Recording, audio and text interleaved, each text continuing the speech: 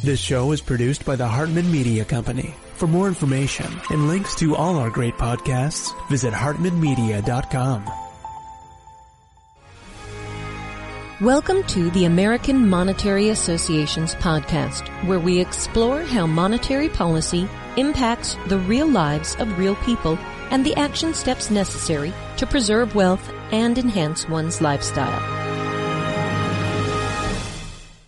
Hey, it's my pleasure to welcome a returning guest back to the show, and that is James Altucher. When he was on a couple of years ago, we had a great conversation about his book at the time, a concept I very much support, which is Choose Yourself. And since then, he's developed a huge podcast following, The Altucher Show. He's a former hedge fund manager, knows a lot about the economy, and he's been looking into the epidemiology of the COVID-19 situation. He also lives in New York City. You know, he's the author of a bunch of books. I won't even go through all the titles, but there's so many. He's prolific. Anyway, it's great to have James Altucher back on the show. James, how you doing? Jason, thanks so much. Thanks for having me back on, and I super appreciate it. It's too bad it's such unfortunate circumstances that bring us back together on the show, but it is what it is. Yeah, it is what it is, that's for sure. But, you know, there's a lot of opportunities right now, too. And whenever there's a crisis, you know, like the Chinese say, crisis and opportunity are the same thing. Their thing is literally translated, crisis is opportunity riding the dangerous wind. It's kind of interesting. Oh, I didn't know that. Yeah. And is that like the saying, ancient curse, may you live in interesting times? Because that's a little different, but and they used to say that a lot during the Great Recession for sure. And so these are interesting times. You know, being in New York City, man, you're just on the forefront of it. So tell us kind of the big picture of what's going on, what you're thinking, what you're interviewing a lot of people, just what's the zeitgeist in the James Altucher world right now? Yeah, and it's interesting you bring up New York City in that between New York City and New Jersey, those two areas alone are more cases and sadly deaths than the other 48 states combined. Mm-hmm. So my view when I hear the news and when I walk out and see what's happening on the street, I imagine it's probably very different from, you know, somebody from other parts of the country where maybe the shutdown is not as restrictive or maybe there's just not as many cases or not as many deaths. Like, you know, you take Georgia, for instance, right next to Florida, which is reopening a big portion of their economy today. Mm-hmm. And they've had, 800 deaths out of a population of 10 million. Georgia itself has an economy in the tens of billions. So, you know, it's a different perspective. Here, I just feel this atmosphere of anxiety and fear and stress, and everybody's locked down. And there was all these panicky headlines weeks ago. Oh, the hospitals are about to get overrun. So Trump sent the USS Comfort. The Javits Center got turned into a hospital. Right. I myself visited the 10 hospitals on Central Park just to see what was going on. They were empty. All of these places were empty. They never did overwhelm the hospital system. That's great. So they flattened the curve in time that we didn't overwhelm the hospitals. And interestingly, you say that, James, because being in New York, certainly you know about the conspiracy theories that are starting to float like crazy. And, you know, one is where they're getting people to crowdsource video of hospitals in their neighborhoods, right? And you see like these, you know, barricades set up for people to get in line and nobody's there. Now, I don't know how real or fake this stuff is. I just know it's interesting. Thoughts on that? Yeah, I mean, before the peak, I went out to do a little bit of that crowdsourcing myself just to see what was going on. Yep. There was nobody anywhere. Yep. And I spoke to people who were coming in and out of the hospital. I spoke to doctors. I spoke to priests who were coming in and out. And like, thank God, I'm not even saying like, see, you were wrong. It's nothing. Like, okay, they took a worst case scenario and they wanted to be cautious and take every precaution. And that's good. That's good. But I do think, though, this speaks to the larger issue of we made, and I say we, the government and the population made huge multi-trillion-dollar decisions off of mathematical models that not once were correct. Mm-hmm. They weren't even close to correct. Right. Like back in January, early February, there were newspaper articles saying around the world, 140 million people might die. That was the first article I ever saw about this. And then, you had a report out of either Imperial or Harvard or both that said there would be millions of deaths in the U.S. And, up to 10 million deaths in the U.S. was the first number I heard. And then it kept coming down. And every single model was wrong. March 25th, the IHME came out with a model that said there would be 60,000 hospitalizations in New York City alone by April 1st, just 6 days later. Right. Well, 6 days later, there were 12,000 hospitalizations. They were 80% off and a model they had made just 6 days earlier. And these were all the scientists we were relying on to make multi-trillion-dollar decisions about shutting down people's livelihoods and careers and all the deaths and stress and collateral fatalities that ended up resulting. If you're in stage 3 liver cancer and you wanted to see if you had stage 4, that was considered an elective procedure, so you couldn't do it. So you still can't do it. So this is creating a problem for the entire system. Yeah. And everyone will say, "Oh, are you choosing the stock market over your grandma's life?" Right. No, that's not it at all. People are suffering. There's calls to the Bronx for child abuse hotlines are 6 times higher. Yep. Even in Indiana, suicide hotlines are 800% higher. Calls to suicide hotlines. It's insane. So I really who knows what the right decision was, but everybody was scared. But I wish the media hadn't fanned the flames of that hysteria, because hysteria now is turning into history, and hopefully we climb out of this. But yeah, so that's a long answer. But also in terms of the economy, I think, we're going from a period of great uncertainty to a little bit more certainty, which is that the economy will reopen. The stimulus packages now too have been passed, plus the Federal Reserve stimulus, and the virus seems to have peaked in the U.S., and maybe there'll be a second wave, maybe not. That's part of the unknowns. But we know some things now for certain that we didn't know even 3 or 4 weeks ago. So that's a good thing. But now going into this new abnormal, I'll call it, there's a lot of uncertainty too, which is what industries will collapse, because there's going to be a few. And, we don't know about the second wave of the virus. But now that we have a lot of data about the virus, hopefully we can say, well, okay, we don't have to shut down the entire economy this time. And we'll see. But there's definitely been a lot of interesting data about the economy. Yeah, no question about it. Going forward, first off, what type of recovery do you think it'll be? And before you answer, I'll tell you what I think. Okay. So, we've all heard, is it going to be a V-shaped recovery? That's the hopeful picture. Is it going to be a U with a big ugly trough? Is it going to be an L-shaped recovery? I think it's going to be kind of like a modified square root sign, meaning that the square root sign usually, it goes down, then it goes up higher. I think this one's going to be down. It's going to be down in the V and then up, but lower than the start. I think this is a lasting issue. It's going to have a huge hangover on the economy, and I think the economy is going to shrink. I think there's going to be a form of PTSD, I hate to say, where travel isn't going to resume. It's going to be a slow slog to get back to the new normal. There'll certainly be a lot of opportunities. I'm not being negative. I just think there's always a lot of repositioning, right? When something like this happens. But your thoughts? Look, this is a bigger disaster than, and I'm not even talking about the pandemic. The economic shutdown is a bigger disaster than what happened in the economy after 9/11, what happened in the economy after 2008, 2009, which was a pretty big disaster, by the way. No question. The financial system collapsed, and they had to bail it out. There was no cash left, and they had to put cash into the system. And 9/11, the country feared it was under attack, and certainly things were affected permanently, like travel and airports and our relationships with the Middle East and so on.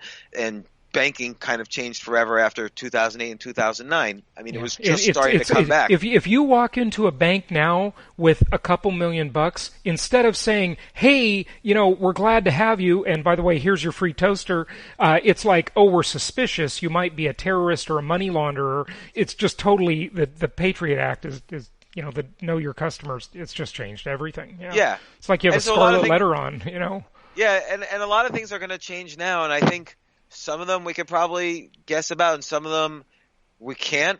But, it's funny just debating the different shapes. I think I'm more in your camp about how I see more of a W than a V. Right. So, we go up a little, which is what's already happened. We're kind of like at the peak of the W. And then we're going to have to go down again because as long as you keep seeing insanity happen, those are all canaries in the coal mine. So like what happened with the oil futures contracts 2 days ago going negative, that's never happened before. Yep. That's a little bit of insanity. Like I even see experts being quoted in newspaper articles talking about, the physical delivery of oil. Nobody wants to take your oil.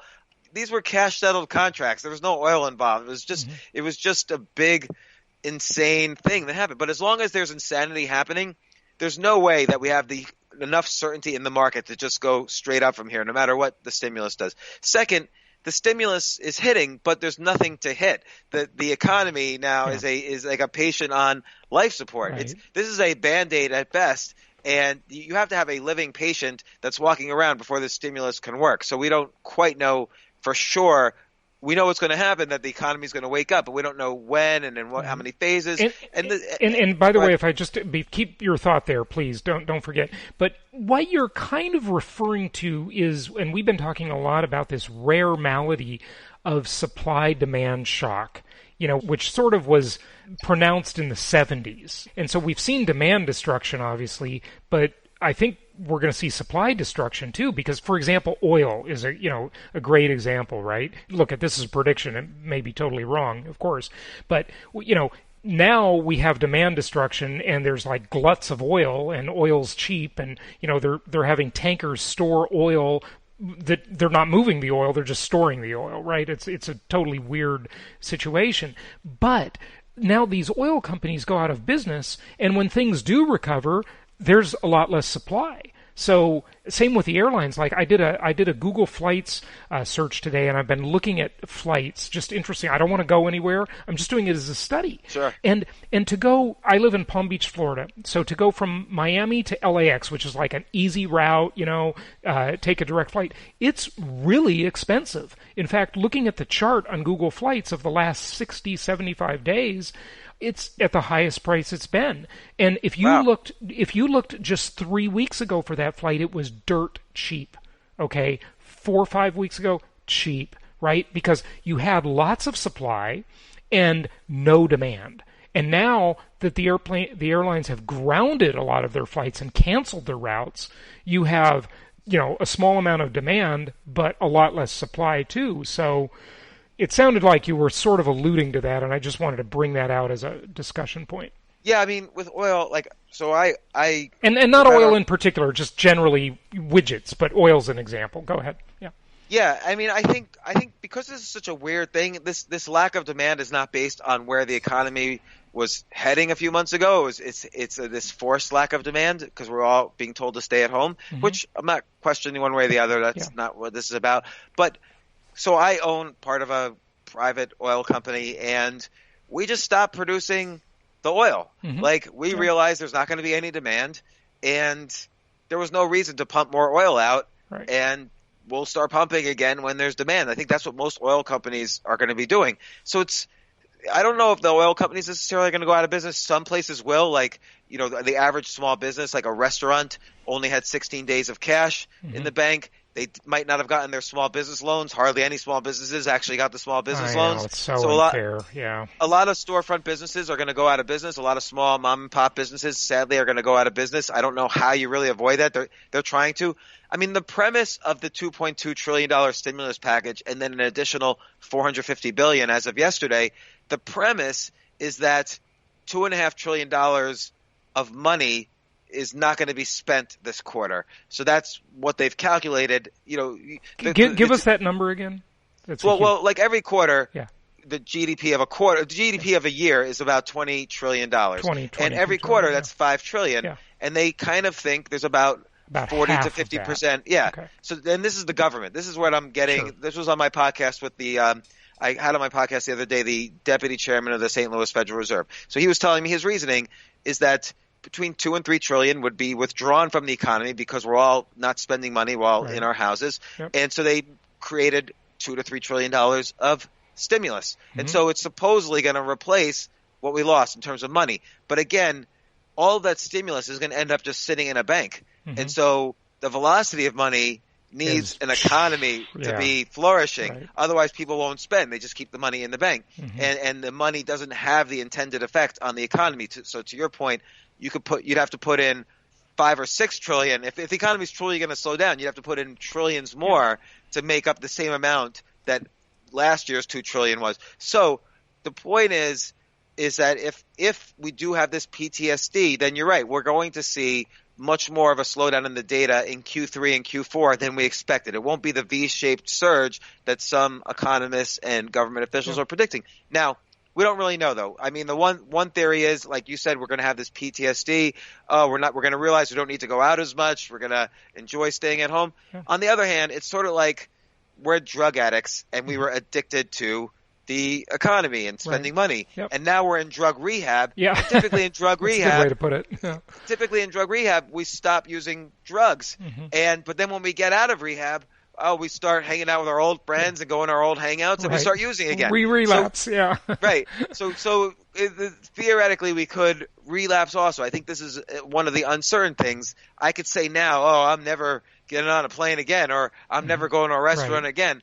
But when I can, and my wife wants to go to a restaurant, I'll do it. I'm not, and I actually own a bar, so I hope people return to bars. But we'll see. A dirty, disgusting petri dish of disease like a bar, like the bar I own at least. And but I think it's an unknown, and we'll see. But I'm more inclined to think just the mechanics of it is more like a W. Although I do think the stimulus will be enough.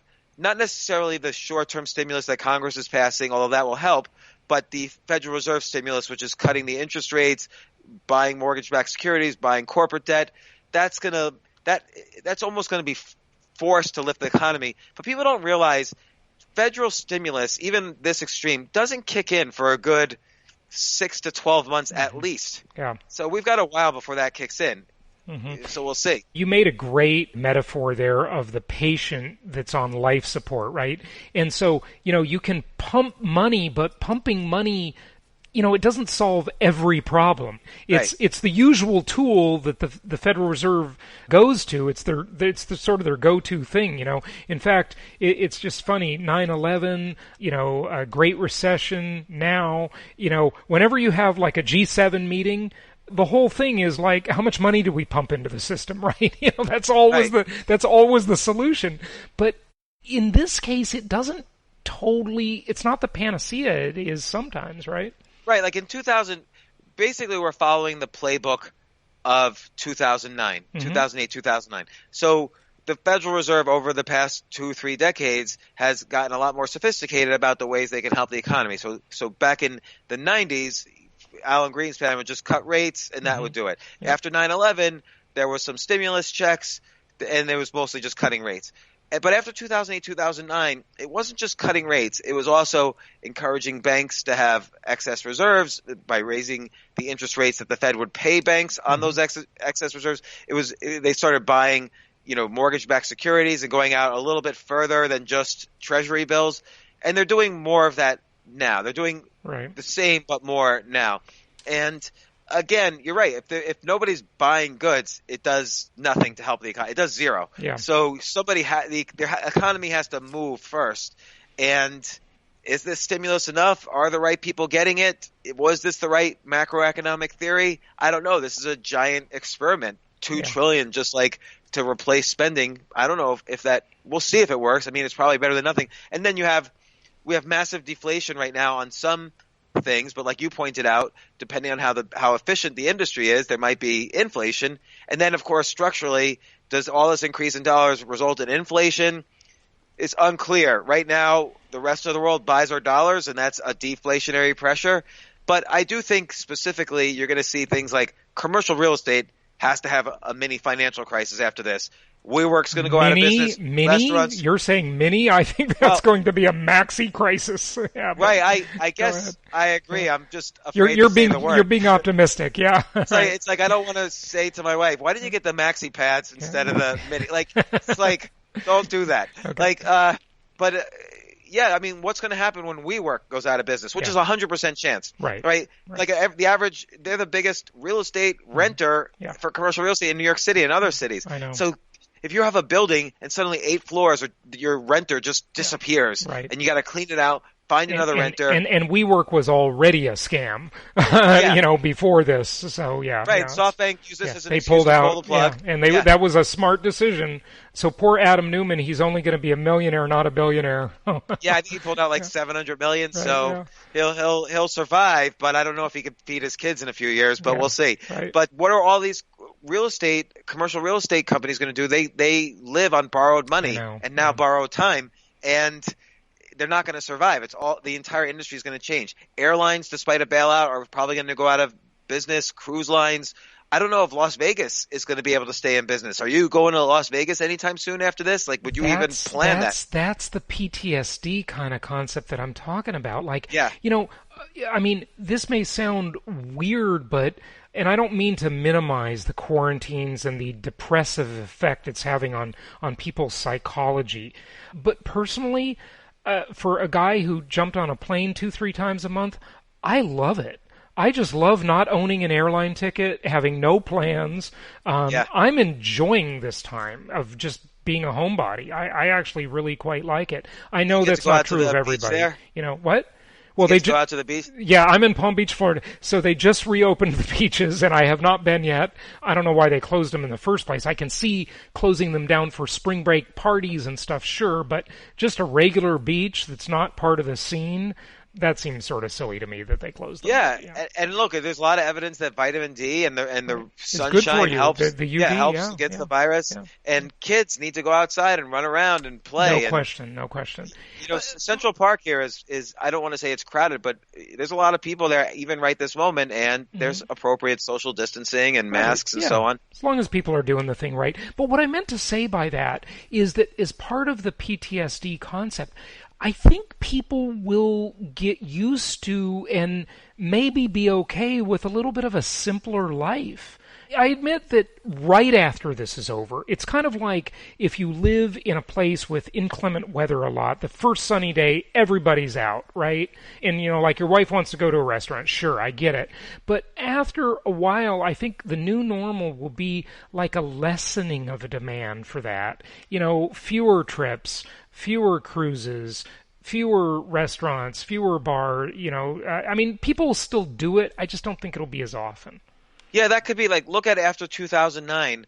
I bet you if we did a Google trend search on minimalism, and then you had the whole Marie Kondo thing and so on. I bet you minimalism really became in vogue after 2009. Kind of the not that it was the death of consumerism, but it was a sickness. Yeah. And probably a similar thing will happen here. And I think what I'm seeing when I talk to people, and who knows if it sticks, is that the whole kind of lifestyle influencer you see on Instagram and TikTok, I feel like that's over, and people now are looking for more mental health solutions, stress solutions, spiritual solutions.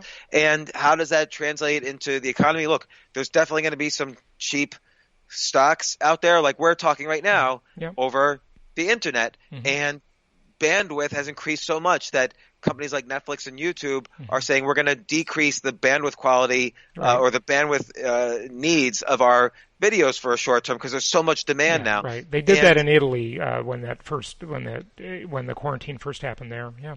Yeah, and so chips that help for bandwidth or chips that help for gaming or virtual reality, those are going to skyrocket. Of course, Amazon's always going to do well. Google's always going to do well. Tech companies will do well. Oil companies will bounce back because there will be demand again for, oil fuels so much of the world economy. It's, even going back to a $30 oil price or $40 oil price, which will happen within a year or two easily, particularly with this stimulus. Oil, you have companies like Shell, Royal Dutch Shell, which have gone from 66 to 32 during this crisis, pays a 10% dividend. Those companies, and they're not cutting their dividend anytime soon. Right. Those companies are going to exist. James, share your hot stock tips. I almost bought Carnival Cruises when it got really cheap. I mean, maybe it still is, but that's a real risky one. But Exxon's cheap. I mean, I'm not even a Wall Street guy. I like real estate. I think income property is the most historically proven asset class in the entire world. I love my rental properties. But I'm actually getting greedy. I'm getting tempted on the stock market. So fire away with a couple of tips. So you like Shell? Yeah, I like Shell. I think the market as a whole if you want to take a risk, don't buy, the Spiders SPY, which is this ETF that represents the S&P 500, represents the overall market. Yeah. I like RVT a little bit better. It's the Royce Value Trust. It also represents the entire market, but it's a closed-end fund, so it trades at a significant discount to the assets it owns. So it's like buying the market at a discount.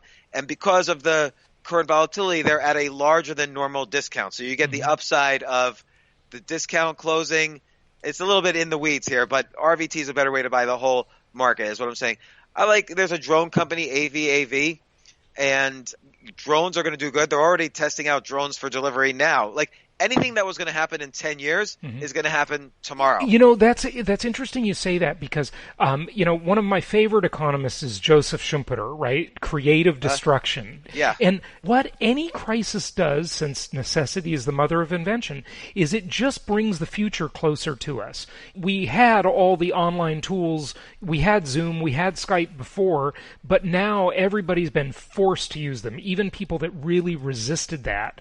A bunch of the mastermind groups I'm in, for example, they're doing Zoom meetings. And I'm thinking, do we really, after this is over, do we really need to meet in person again? It's so much easier to just have a Zoom meeting, right? No, I agree. Like I used to do all my podcasts in person for years and years until this lockdown. Right. And now I'm loving doing the podcast remotely. Not because I don't want to see people in person, but it allows me to prepare right up until the very last minute. I don't have to go anywhere. It's easier for me to take notes during the podcast. Podcasts are just as high quality. It's easy for me to book guests actually because they don't have to be in the city. Right. So, and it shows me I don't have to be in the city either. I can be anywhere. Yeah. So, I do think things are going to change.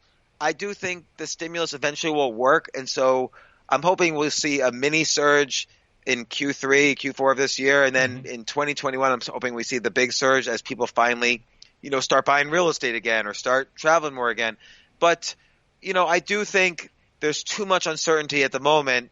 And although there are bargains, I probably wouldn't dive in.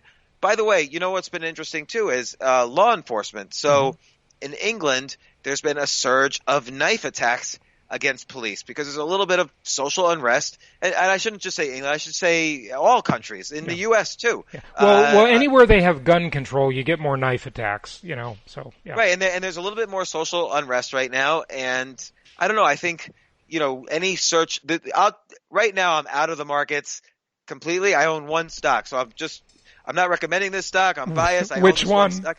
So it's called Wrap Technologies, WRTC, and they introduced a non-lethal weapon. And, I don't really know anything more than anyone about it, but it's the one stock I own because I do think the world is moving towards non-lethal police forces for a solution. No, police officers don't want to wake up in the morning and say, today's the day I shoot somebody. Yeah, right. They want an alternative between beating someone up and shooting someone. And this wrap technologies as a weapon or a device that wraps a cable around you at the speed of sound. Oh, wow. That's interesting. And you can't move. And so it's like Batman. And states and countries and governments need something like this. Yeah. So it's the one thing I own. I feel it's economy independent. There's always going to be a police force and security guards for stores and so on. And so that's the one thing I own. But I am looking at drone companies like AVAV, iRobot, IRBT, NVIDIA, the chip maker, NVDA, Palo Alto Networks, whatever their symbol is, I forget, Royal Dutch Shell on the oil side, and then I'm just seeing if I'm curious what you think. I don't really see any deep value stocks yet also, which makes me nervous. Yeah, I'm not thinking like it's totally time to dive into everything yet, but again, I'm not a stock expert. But I do want to ask you about this. So last week, I interviewed Dottie Herman, the CEO of Douglas Elliman Real Estate, on the show. And of course, she's a New Yorker like you. She was in the Hamptons when we did the interview. And we talked about And she's not a New Yorker, by the way. Okay. Everybody says they're a New Yorker, and they all then they bail. New York City, went to the Hamptons, and I'm a New Yorker. I'm in the middle of You're New York there. City right Okay, now. got I own it. a bar in New York City. I'm a New Yorker. I'm right across the street from my bar. I'm here with the gang. You're the real deal, sticking it out. Okay, all right. Born here. Yeah, good deal. So anyway, but you were saying she said. Well, I asked her about my theory that after the lockdowns lift, will there be a mass migration from high density to low density living? And again, it could be just 10% of the people that live in high density areas. And high density defined by not just New York City, but by anything where you're typically living in a 5-story or more building where you're forced to take an elevator, and you're very likely to be using mass transit. Okay, even after there's a vaccine, better treatments, whatever, I think there is going to be kind of a PTSD, a sort of suspicious nature with people that, hey, maybe there's going to be another virus. There's what's the next one? Will it be SARS again? Will it be, hey, remember, now everybody's suddenly watching and learning about the Spanish flu back in 1918. So will there be this mass migration like that? And interestingly, she has a self-interest. She runs a big New York real estate brokerage, and she says, I think people are moving. I guess on one side you get a lot of listings, but ultimately you want people moving into your market to make money long term. Well, don't forget, she sells also Douglas Elliman, the company, sells in or represents people in Westchester, the Hamptons, New Jersey, the some suburbs. Of it's suburbia. Yeah, got it. So she benefits either way, but it's interesting. She says that. I agree, though, because who's going to come out of this day one and say, you know what, I'm going to finally move to New York City. Yeah, right. I don't care that they might have a second wave and they'll shut down the whole economy again, and maybe there'll be riots in the streets. I'm just going to buy. And furthermore, no one's going to say, I can't wait to fulfill my lifelong dream of starting a pizza restaurant in the middle of Manhattan. They're just not going to do that. Right, so I agree with you. And that means there's going to be less things to enjoy in New York City and more reasons to move away, and not just in the suburbs of New York, but down to Florida. I was just looking at real estate prices in Florida. Yeah. Come on down. The weather is beautiful. In fact, James, I coined a new term just yesterday to describe Florida. Now, note that I'm from California almost all of my life, the Socialist Republic with super high taxes, worse than New York, by the way. Yeah, 13.9%. Slightly worse, yeah. And I moved here 2 years ago, and I've coined a new phrase. I call it Florida has luxury weather. Luxury weather. It's a new kind of weather. Luxury weather. Yeah. I love Florida weather. I love right where you are. Palm Beach, that whole area. Palm Beach, Boca Raton, Fort Lauderdale, Delray, Miami. I like that whole quadrant. Yeah. But come down and bring your Missile Command game. Is that Missile Command behind you? No, Missile Command is a horizontal box. That is Defender, Joust, Stargate, Robotron, the more vertical games. You're reminding me of being a teenager when I used to play video games all the time. Yeah. Yeah. No, that's why I got this. It's $300 for that box. You should get it. It's got 50 games on it. That's amazing. But what I'm hearing from real estate brokers is that the listing prices have not yet changed, but the offers are coming in 20 to 50% lower right now. Oh. Now, maybe people think they're going to get a bargain, and maybe that's going to be over once the economy reopens. But some of those offers have been accepted as well. And we're just not seeing the change in listing prices. But apparently they're seeing, and I don't know if she had any insight into this, but apparently they are seeing the change in offers out there. But we'll see if that holds. Again, it's one of the unknown unknowns. Yeah, right. Yes, Rumsfeld. Yes, it's in the Rumsfeld known unknown matrix. I love it. Well, hey, is there anything else you want to share with our audience? Just anything I haven't asked you. I know, you've got so many books. I wouldn't even know where to go with your books. There's just so many. But I loved Choose Yourself, the concept that there's no gatekeeper. And about a year from now, you got another great book about skipping the line, which I can't wait to read that one. Well, I think I just want to remind people that even if there is this PTSD, even if your job seems insecure or it's over, or you're furloughed a little too easily and you get nervous, or this time alone has made you think you don't really want to go back to your job or career, I think there are a lot of opportunities out there. I think there is going to be money in the economy. So the stimulus is a very real trillions and trillions of dollars. Between Congress and the Federal Reserve, we're talking like $6-7 trillion.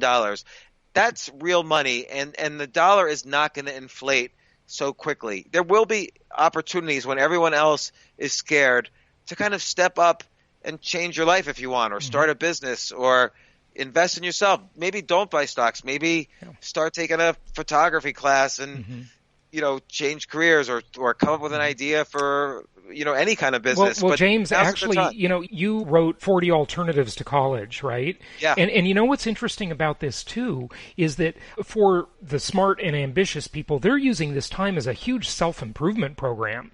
They're either improving their mind, they're taking courses online, they're exercising, and interestingly, the schools, the colleges and the universities and just school has sent everybody home to learn. And I think this is going to cause a collapse in ridiculously high student tuition for colleges because nobody's going to pay $50,000 a year to learn online without getting a college experience. And all of that college real estate, because almost every university now is basically a hedge fund real estate investing company, right? And a branding agency. It's just ridiculous how far they've gotten away from their mission. I can't blame them, though. I mean, I would do it, too, if I was there.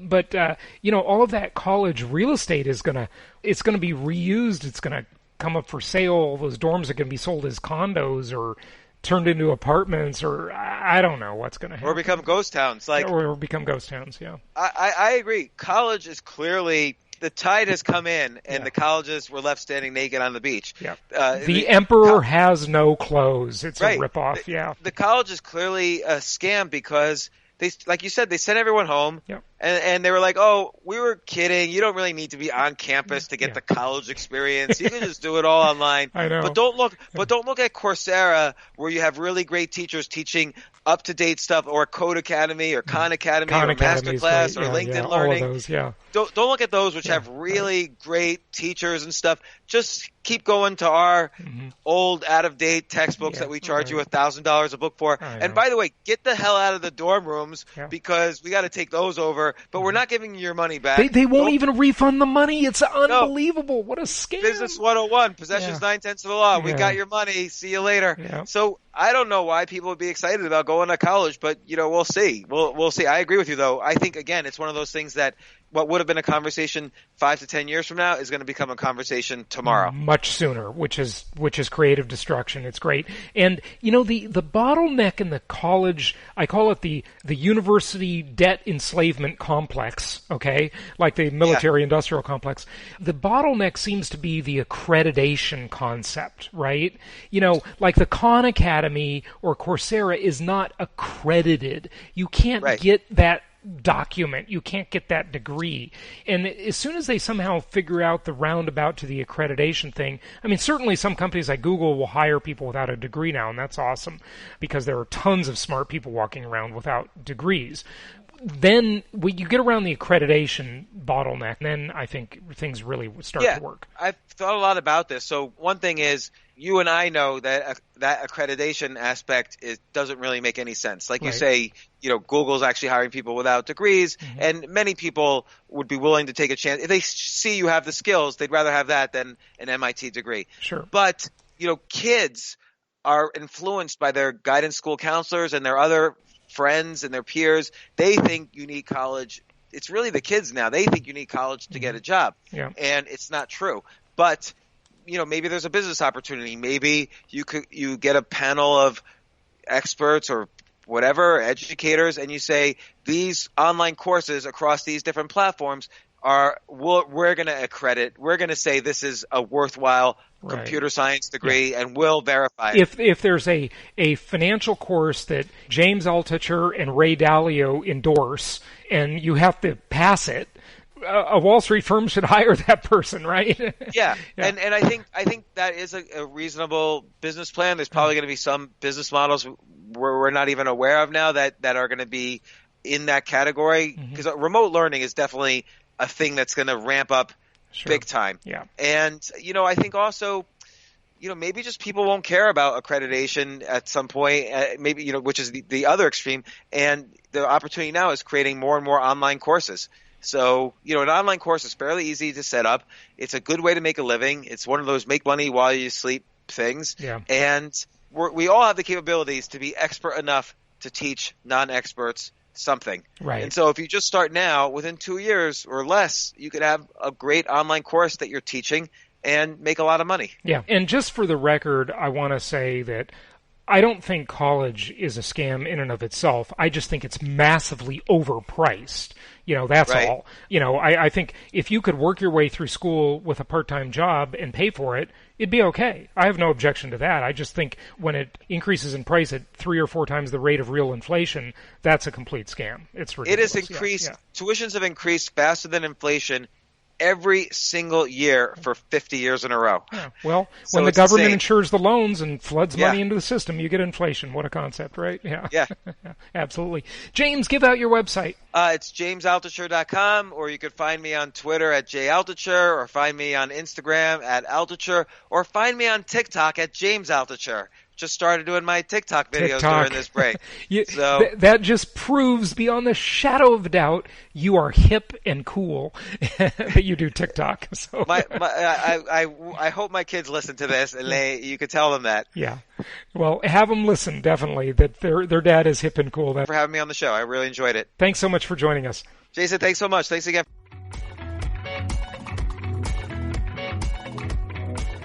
Thank you so much for listening. Please be sure to subscribe so that you don't miss any episodes. Be sure to check out the show's specific website and our general website, hartmanmedia.com, for appropriate disclaimers and terms of service. Remember that guest opinions are their own, and if you require specific legal or tax advice or advice in any other specialized area, please consult an appropriate professional. And we also very much appreciate you reviewing the show. Please go to iTunes or Stitcher Radio or whatever platform you're using and write a review for the show. We would very much appreciate that. And be sure to make it official and subscribe so you do not miss any episodes. We look forward to seeing you on the next episode.